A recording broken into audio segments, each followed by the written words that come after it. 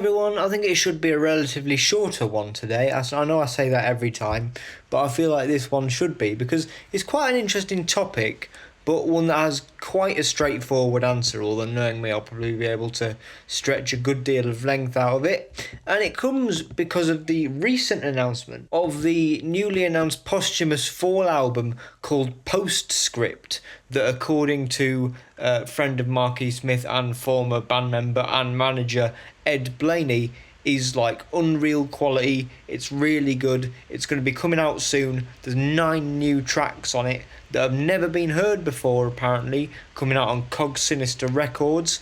And it got me kind of in two minds because, I mean, number one, new fall music, yippee, but also, number two, how is this going to go down? Because the reputation of posthumous albums in general is a very, very, very negative one. With good reason, I should think. So what I thought I would do is I'd go through some recent examples of what I'll call different kinds of posthumous albums to kind of see, what makes certain ones work, what makes other ones fail catastrophically, whatever the word is, like fail really, really badly. And then at the end, kind of an idea as to what I hope for the new Fall album. I mean, I can do that a bit now. I remember there being an interview in 2017, I'll try and find a screenshot of it, where Marquis Smith was talking about already having new ideas for a new album. And then I remember I saw something just this morning from previous drummer, Imperial Wax drummer, final drummer, Kieran Melling, talking about how Mark had this idea of renting out a cottage and turning it into a recording studio for their next album. I mean, as far as evidence of music after New Vax emerge, the only evidence we had was a track called Reese Stick, which even by like Imperial Wax standard, I mean, I like the Imperial Wax guys, right? But like, this is fairly boilerplate. I mean, the lyrics are just Mark screaming the words Reese Stick over and over and over again, but even like the riffs and the grooves are fairly rudimentary, so there's not a lot to get excited about that. Although saying that, if Reese Stick does somehow appear on this new album in a more developed form, for sure that would be a cool thing, I think, because, that will be one for the fans where it's like, if you already knew, if, it's kind of one of them, if you know type things. I feel like another thing that would have to be kind of true of the Fall album for it to be good is how they treat Mark's vocals, right? Or because if it doesn't have any Mark vocals on it and it's just an instrumental album, it's just an Imperial Wax album. Like, that already exists, really. So it would have to have Mark's vocals on it to really properly be called a Fall album, I should think. I don't know what sources they've got. I mean, I hope it's like a proper studio recording session. And what I mean by that is that, like, I don't want just 9 tracks worth of Mark rambling into a dictaphone. And I'm not quite talking about, like, kind of Age of Cheng style or Paintwork style, where he's using a dictaphone as the microphone. Because sometimes that can have a pretty cool effect and be used to, like, really give songs a cool vibe. I suppose what I mean is kind of, I don't want 9 tracks of Mark farting about with bits of paper writing like nonsensical sentences on the back of pizza boxes, so to speak. I want there to be a bit more lyrical intent behind it, I suppose, and not just like people connected to Mark literally dragging up whatever they can to kind of make the album happen. Okay, so turns out this entire section was complete conjecture from me, because upon a bit more research, I actually found out that there was more teased about this new album than I initially thought or remembered, in that members on the Tap Talk Fall forum, which is a great resource, by the way, put together images taken by the band's manager and Mark's widow, Pam Vander, and also with statements made on Pam's social media on behalf of Mark that seemed to mention new song titles. Apparently some of that was gleaned from this image here, which, how you managed to get anything out of this, I've got no idea, but credit to the people that did. And also that there was also a set list that seems to be quite similar to one of the tracks that is apparently called Jenny Jenny, So I guess we've got that to look forward to. I know you won't believe it, guys, but there's even more huge news in relation to this, right? The Fall album Postscript is now officially available for pre-order. I will put the link in the description, and there isn't a direct download, but there is a button on the store website where you can listen to the new single and lead track from the album, 30 Degrees. The band doesn't feature the Imperial Wax guys, unfortunately. It does feature, however, the talents of long-time Fall members and friends, Ed Blaney and Simon Ding Archer. It's a trio, ladies and gentlemen. There's no credited drummer, which is kind of weird, but be that as it may, whatever. What I can do now, though, is give you a quick blast of 30 Degrees, because my god is it good fun, and I was actually like jubilant listening to this.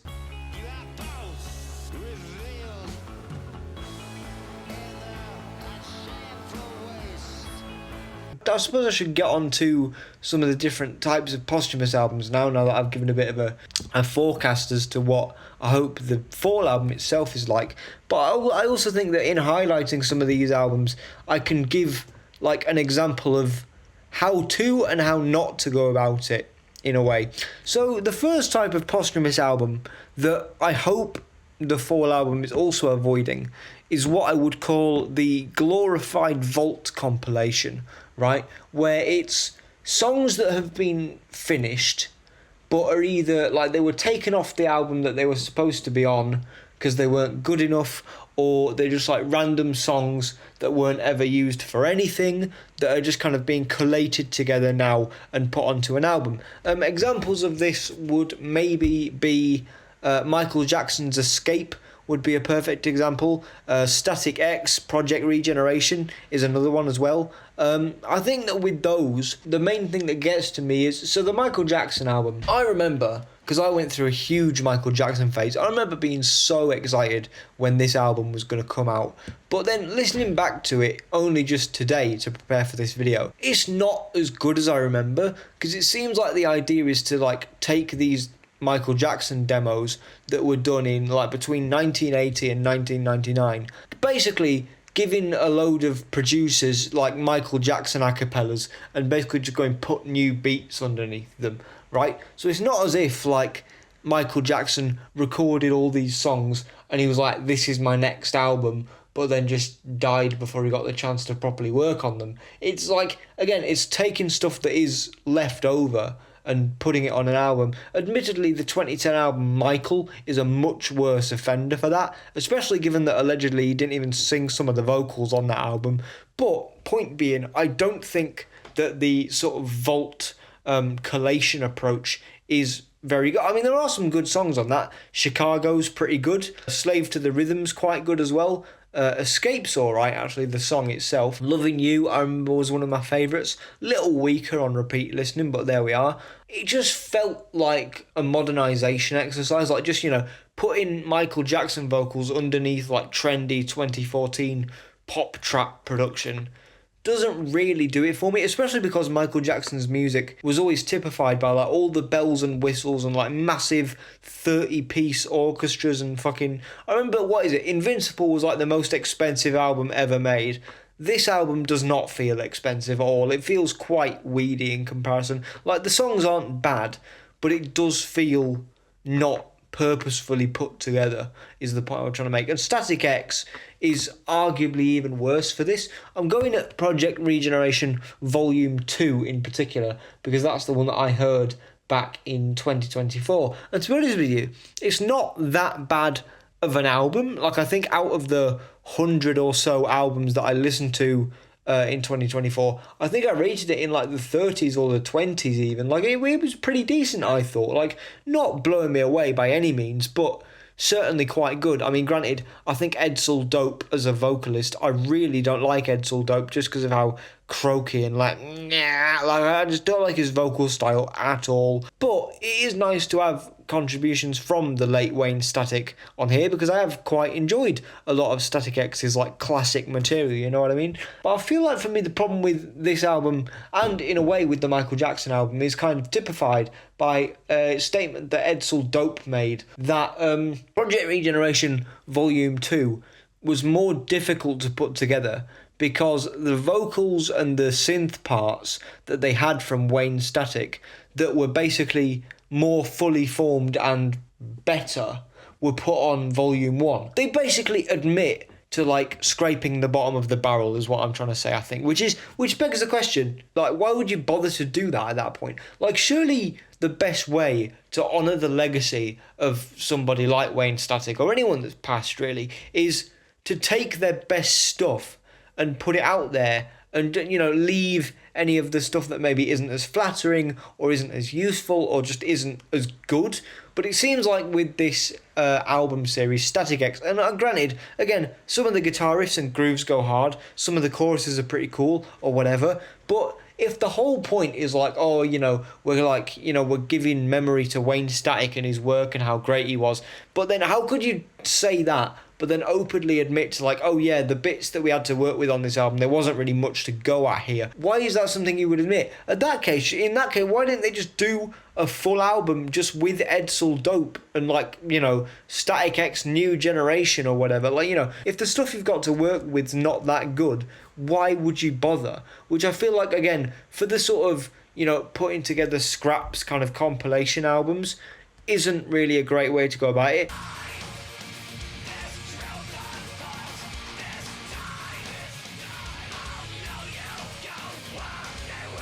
I mean, Lee Scratch Perry is slightly different, right? This is more in the Michael Jackson kind of realm of like, these songs were finished. Whether they were all envisioned as going on the same album, I'm not quite sure. I know at least in one case, some of them were, as far as I'm aware. But I think the problem with Lee Scratch Perry and posthumous releases, right? I listened to King Perry in 2024. I thought it was a very good album. You know, maybe not my favourite of that year, but certainly very, very solid. And if anything, more enjoyable than I remember on repeat listens. But I think the problem is that over the last 2.5 years or so, there have been 3 albums that have come out that are reportedly Lee Scratch Perry's last album. There was King Perry, but then there was also Lee Scratch Perry Meets Youth in 2024, which apparently Lee Scratch passed during the production process for. But then there has also recently been the announcement of the Mouse on Mars Lee Scratch Perry collaborative album. But then I have to wonder, like, how many times are they going to say that X and Y is Lee Scratch Perry's final project just to sell more records? Like, why else would you say that other than to drive traffic? You know, like Mouse on Mars could have easily just said, oh yeah, these are like an album that we worked on with Lee Scratch Perry before he passed away. There's some great tunes on here. You're not trying to be like, oh, you know, this is the final one. This is it. This is the curtain call. Except it doesn't really have the same prestige because they've done it 3 times. If you are going to do a posthumous album, best case scenario, it's only posthumous literally as like a technicality. Like, not that it was put together posthumously, but just that it was released posthumously. I think that's best case scenario. And I think that with Lee Scratch Perry's output, that's been the way they've gone about it for the most part, seemingly, which I think is quite good. Hardy Fox is another one. That's a weird one because the 25 minus minutes, right? I have a feeling like that was intentionally put together. Like, it may be one of the most terrifying, unnerving, creepy and horrible and sad pieces of music I have ever heard, but for that exact same reason, it is absolutely incredible. You know, just the strength and I guess just the kind of artistic confidence that he had to do that with what little time he had left was, you know, is extremely admirable. But I do think with that album, for as slapdash as it seems on the surface, you know, like there's tracks where it's like, you know, 1 minute of like synth meddling and then it just completely cuts out for like 4 seconds and then something else comes in. Given that I've already been kind of critical of the sort of bung together glorified compilation albums, you could very easily make the argument that this is just like, you know, Clan Gallery kind of digging up whatever music they had and just kind of putting it in one big long 25-minute track. However, I would say that given what, you know, fans of The Residents and Hardy know Hardy to be like, and also given the nature of a lot of the lyrics that he recorded and the vocals that he recorded for that album and things like that. It genuinely wouldn't surprise me if it being deliberately kind of, taped together and deliberately kind of non-structural was a choice. Like, if he deliberately did that to try and creep people out, it wouldn't surprise me in the slightest. So in that way, it definitely feels like, and again, like I say, with all of the lyrical thematic cohesion on that album, it definitely feels like that was a more intentional release, especially given the piece of information that all of the music and the vocals apparently were recorded just a week before Hardy passed away. If that's true, then it definitely is more kind of intentional in how it was put together. What I would say is an example of what isn't is all of the other posthumous Hardy Fox releases that Clan Gallery have put out. I mean, granted, they have been very open and honest in just saying like, hey guys, this is vault stuff. This is stuff that he left to us to be released after he died. So I'm not saying that all vault stuff is inherently bad because it's done without the permission of the people involved. Because, the Michael Jackson estate signed off on Escape. Hardy Fox, by literally gifting Walter Robotka, obviously gave them permission to use that. So it's not necessarily that, but it's that what's been given over isn't necessarily as musically valuable as you would expect something honouring someone's memory to be, if that makes sense. I mean, the two ones that come to mind that I've heard, Killing Time and Ibba. Now, Ibba is admittedly slightly different because that's apparently all soundtrack music that was meant for the novella The Stone that was on Hardy Fox's newsletter for a while. So that I can see as like it was an album, or more accurately a soundtrack album that was put together and never released. I can see that being a plausible explanation for that one. Killing Time, however, does definitely seem to fall into the kind of category of vault scraps, basically, right? Because all of the instrumentals on that album, some of the melodies are cool, some of the ideas are really interesting, but the whole album basically consists of either instrumental versions of tracks that were already presented to us on 25 minus minutes, or like 1 minute of melodic ideas stretched out for 2.5 minutes. Like a track like the title track, Killing Time maybe, or Melody, right? Those are tracks where the ideas that it's playing with, basically all of them just get introduced within the first minute or so, but the song itself is 2.5 minutes long, so it basically just loops the same thing twice, and then the song is over, which to me, it's intriguing as far as like, the beat sketches are quite cool, and it showed that Hardy clearly still had like a melodic flair about him, but I don't really see the point in these being released. Like, they like, it's cool, don't get me, like, I'm glad they're out there, but as far as like, posthumous albums that honour the legacy, I feel like the approach of going, here's some instrumentals that he worked on, but like we had to loop them all because they're only about like a minute long each. Like, if anything, just give us the minute long scraps, even if you wanted to do that. I mean, granted, then I would probably also have the criticism of it being kind of cobbed together. Never mind, but I'm sure you get the point.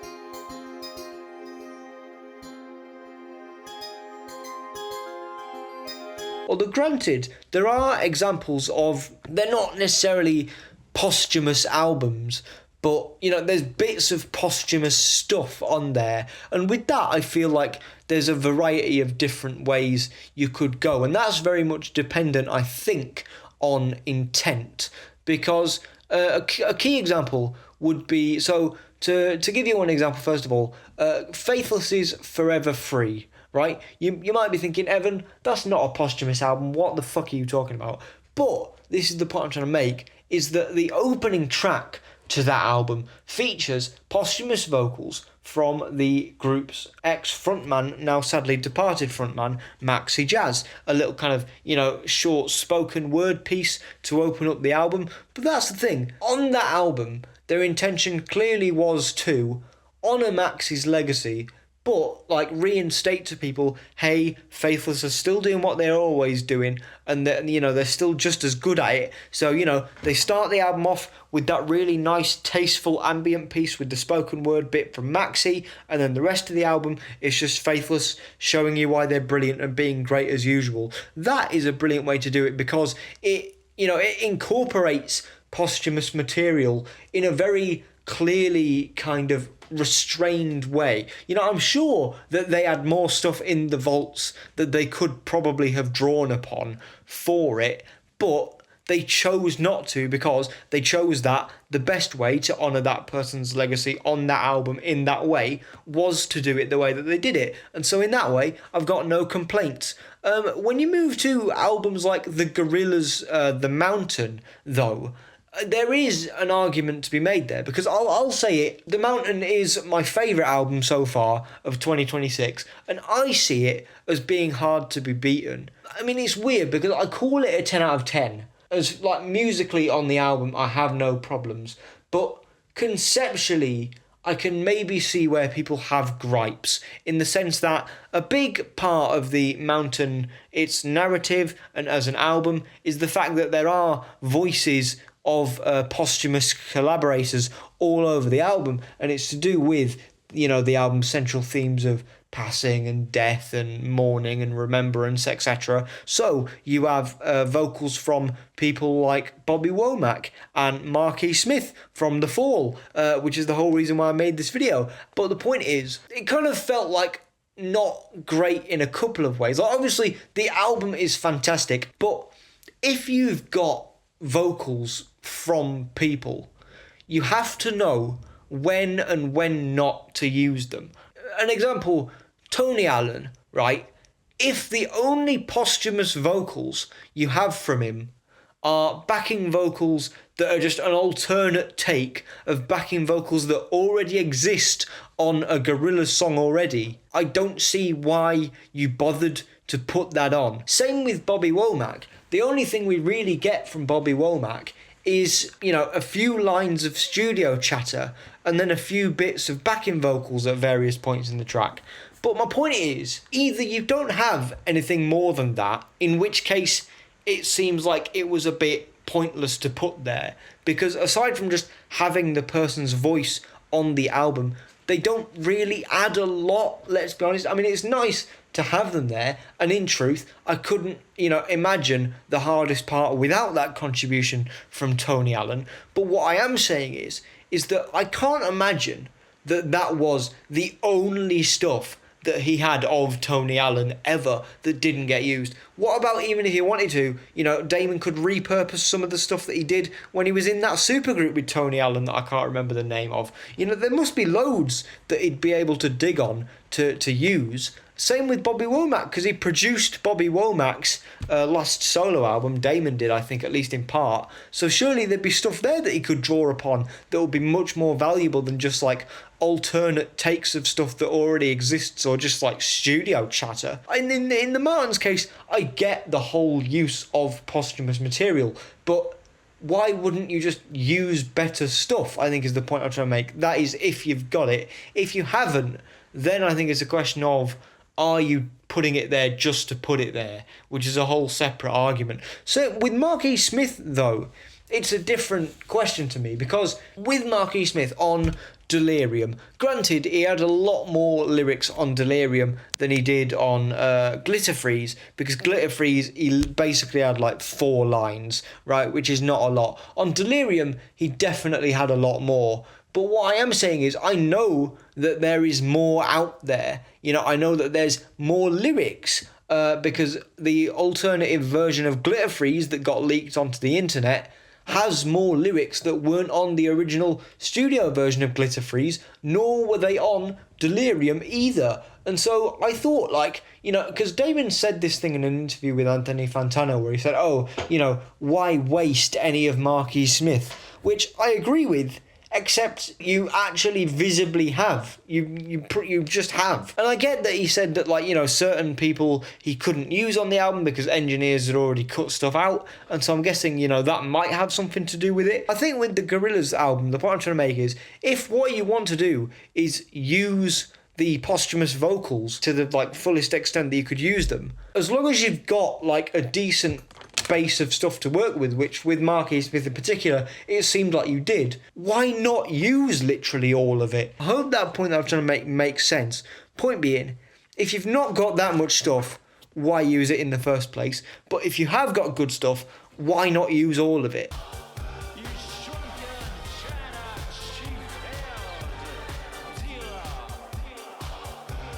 And this is actually where I have to give the producer Andrew Watt some degree of credit, which Andrew Watt is one of my least favourite producers operating at the moment, just because I don't think he's a very good album producer, I'll just put it that way. I don't think he's a particularly good engineer either. I don't know if he even engineers his own stuff, but point is, I don't think he's a great producer. But when he has had posthumous contributions from people, it kind of links back to what I said at the beginning of the video, in that I think that the best case scenario for any kind of posthumous contribution or release is that they were just recorded intentionally for a project, but the person involved passed away before it properly came to fruition, which I feel like is, if in anything, the reason why I feel like that's an ideal way to approach it is because you know that like they would have been working towards it anyway and would have wanted it to be released anyway. I mean, with Hardy Fox, again, he gave that stuff to Walter to be released, so I guess that makes that kind of a grey area. You know, on Andrew Watt's albums like Iggy Pop's Every Loser, that has posthumous contributions from Taylor Hawkins, or I believe even the Ozzy album, Patient Number 9, has posthumous material from Taylor Hawkins, or the Rolling Stones album that he did that has a drum track from Charlie Watts on it. I feel like they were worked on for the songs that they eventually ended up on, knowing that it was going to be released on the album that it eventually released as a part of. And so I think that, you know, having Andrew Watt include them as a way of being like, you know, they were working on it, they would have seen it come to fruition anyway if they were still with us. So let's, you know, we're putting it on there, not just as a matter of name recognition and just being like, oh, look, this dead guy's on the album, which I think is how some posthumous contributions, like on the Gorillaz album, at their worst, through a cynical eye, can kind of seem. I feel like Andrew Watt in his approach is certainly a bit more tactful, seemingly, than that, which I have to give him credit for. Although, admittedly, there is kind of a grey area in potential material with Andrew Watt, because I remember Ozzy said as part of the Patient Number 9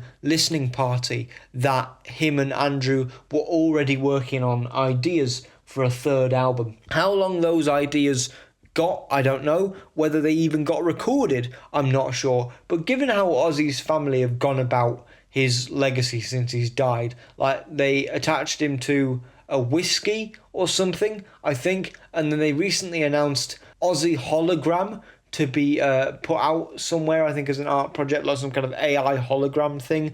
And like, I know that music holograms are like old news, but if it's generated like using AI and all that kind of thing, it naturally puts a bad taste in my mouth. But point is, I also wouldn't put it past the Ozzy estate at this point to just kind of, you know, go to Andrew and go, what have you got? Give us everything you've got. The term for bad posthumous albums is like grave digging, basically, right? Like taking anything that you can find and putting it out there. And I hope they don't do that. And it applies exactly the same to my thoughts for the new Fall album. Like, I hope that the tracks on the new Fall album were recorded with the intention of being turned into an album at some point, which at least the Ozzy album had that going for it. But it depends on the amount of work that you're having to put in it to finish it. So like with the new Fall album or the Ozzy album, is it that the tracks themselves are fully recorded, lyrics fully finished, and all that you need to do with it is mix it? That's fine. Or is it that all you've got are like some rough scratch guide vocals from Ozzy that you're going to have to record new music over? In which case, maybe don't. Maybe hang back. Also, I mean, I won't talk about The Prodigy for ages, but there has been the talk of, you know, maybe they use some posthumous Keith vocals on their next album. I don't think they will, But, if there are any recordings of Nuclear or tracks like that out there that they haven't used that they wanted to repurpose, I suppose they could do that. Although granted, again, I don't think that's the best way to go about it. I feel like with The Prodigy, the best way to do it, if they were going to do it, would be in a kind of Faithless type way, maybe, where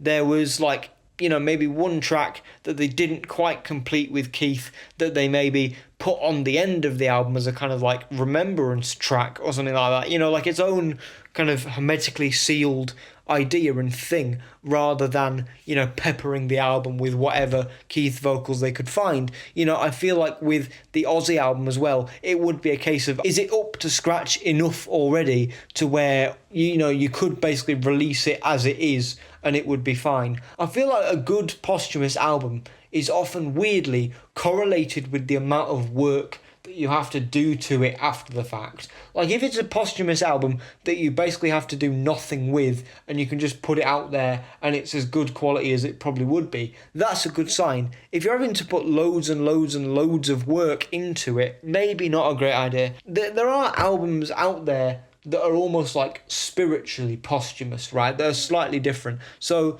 examples would be the Conflict album, This Much Remains, that got put out last year, that I thought was fantastic. And there was also, of course, the David Bowie album, Black Star, that got put out in 2016, 2 days prior to his death. And this is what I'm saying.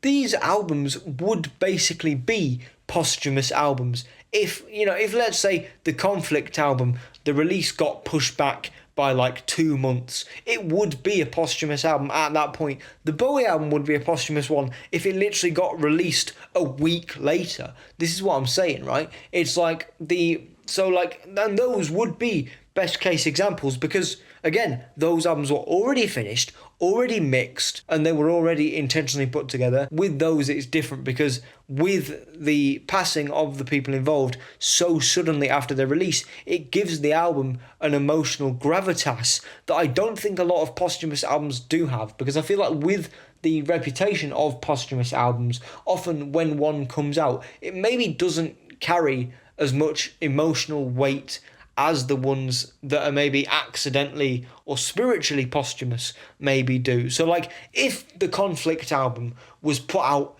this year instead of last year, I maybe wouldn't think of it, or it wouldn't have quite the same gravitas in my mind as it being released, 4 weeks before Colin unfortunately passed away, because I could listen to the album when Colin was still alive and go, wow, this is a fantastic album. But then also after he passed away, you can kind of look at it and go, wow, this really was a great note to go out on. Like you're looking back as much as you are like listening to the thing itself. Whereas I feel like if it was released purely posthumously, it wouldn't quite have that emotional weight because you're looking at it as, oh wow, this is quite a cool posthumous album, rather than kind of looking back at it with like that sort of hindsight. That gives albums like that a certain sense of gravitas and serious like prestige that I don't think a lot of posthumous albums will ever get, in that you're able to judge an accidental posthumous album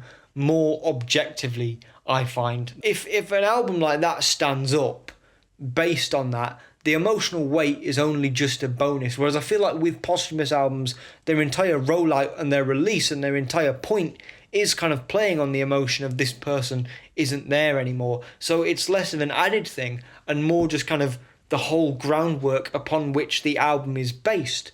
Like, I know that's a very, very convoluted and potentially stupid point that makes no sense, but hopefully it does.